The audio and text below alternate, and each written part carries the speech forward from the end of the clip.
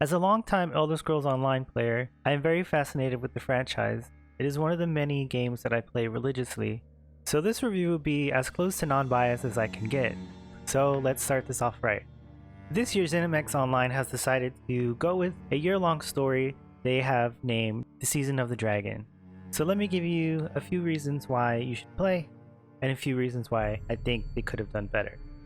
The year-long chapter drops the vestige, or the player character, into the mysterious homelands of the feline race known as the Khajiit, known for being ground zero for the widely popular and taboo substance known to many as skooma. There are fields of moon sugar all throughout the northern part of Elsweyr. This northern part is known as Anequina. The southern part of Elsweyr, Palatine, is also vastly gorgeous and offers a less prestigious look. It's still beautiful.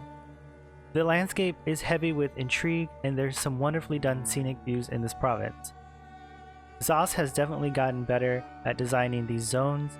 Both northern and southern parts of this province are undeniably beautiful, and they are unique in their own ways. Warning, spoilers ahead. The reason we as the player travel to the homeland of the Khajiit in the first place is because our good old friend Abner Tharn decided to take it upon himself and find an end to the Three Banners War. For those of you unfamiliar, the Three Banners War is the current PvP struggle between the Aldmeri Dominion, the Daggerfall Covenant, and the Ebonheart Pact. Upon collecting the Wraithstone Tablet, Tharn unknowingly releases dragons upon the world, and their leader, Khal Grunteed, begins his journey of world domination and world enslavement. It is up to you as the player, or the vestige, to rally your allies and fight against this menacing threat. These dragons have varying elemental magic such as fire, ice, and lightning. Each of the battles is a sight to behold. Each encounter makes for a fun time for getting lots of loot, and definitely are a far better group dynamic than the original Dark Anchored mechanic or the Somerset Geysers. One thing this year-long story got right was their side quest. Yes, I said it, side quest. We'll get to the main story a little later. Both Northern and Southern contain a slew of new characters. Although not connected to the overarching main story, they still manage to make a huge impact on the world. These include a lovely Alfiq and Orc, a village plagued by a Daedric prince, just to name a few. These dynamic and well-written stories feel at home in the world and bring immersion to, at times, what seem to be tedious tasks, even at times overshadowing the main story in terms of character building and story impact. The first part of the Season of the Dragon introduced the players to the master of the undead arts, the Necromancer. This class has proven to be both entertaining and challenging at times. Although it's ridiculed with being too OP or not OP enough, one thing is for certain, it is fun all around. Just be careful using some abilities in towns and around guards, as they will be viewed as a criminal act and you will be punished. The Season of the Dragon gave us something that we have been wanting for years, and that's the adorable and always sassy Alfiq. These Khajiit variants look like your normal house cat. The only difference is that they talk. But if you're a cat lover, this could be normal to you. Perhaps. You can see the Alfiq in action throughout the story and even in the Crown Store as a banker and merchant. As with many MMOs, there are bound to be bugs and other problems, and ESO is no exception.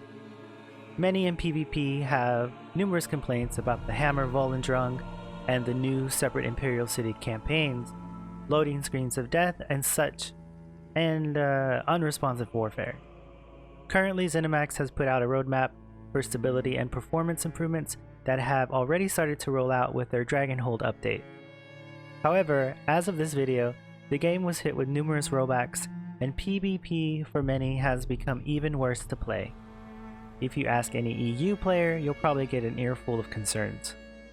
We can only hope that the next few updates will put ESO back in working order for the masses.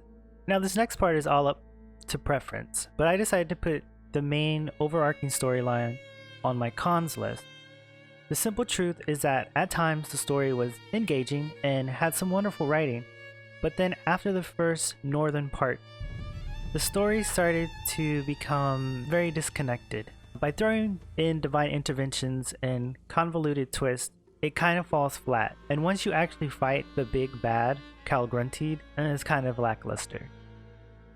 The Dragonhold storyline was enjoyable at times, but again, the writers threw in too many characters and it all felt like a really bad movie. The reason so many players love Orsinium or Morrowind is because they are self-contained adventures, and each has a sense of character building that we've come to love about the TES franchise. Personally, I could play through each of these zones multiple times and still have the same genuine reaction. I don't see ZeniMax reverting back to this method of storytelling, but my hope for the next year is that they stick to a few reoccurring characters and give the player a meaningful and impactful in-story boss that is actually challenging. With the initial release of Elsweyr, players could, as with most zones, shop the achievement furniture vendor and see what they had to achieve. The problem comes in with Dragonhold, where the vendor is locked behind quests. I hope they revert this design, or that it was just a one-off. So it's a common thing that comes up every chapter or every DLC. Skyrim. Now, we haven't had an official word from Podesta or ZeniMax about this subject, but if you have explored the new zones, you'll be slapped in the face by many references that suggest the story will be moving to Skyrim. So take that with a grain of salt until official word is released. However, I would like to explore more of the other provinces or cultures around Tamriel. Many in the player base echo the same sentiment, yet we will just have to wait and see. After playing through both zones and its content in its entirety, I can say without hesitation that the Season of the Dragon, Elsweyr, and Dragonhold are both worth playing through.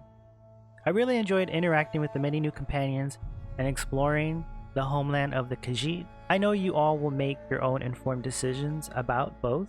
Enjoy the rest of the Season of the Dragon, and if you want, leave a comment and tell me about your experience, and I will see you again in the next one.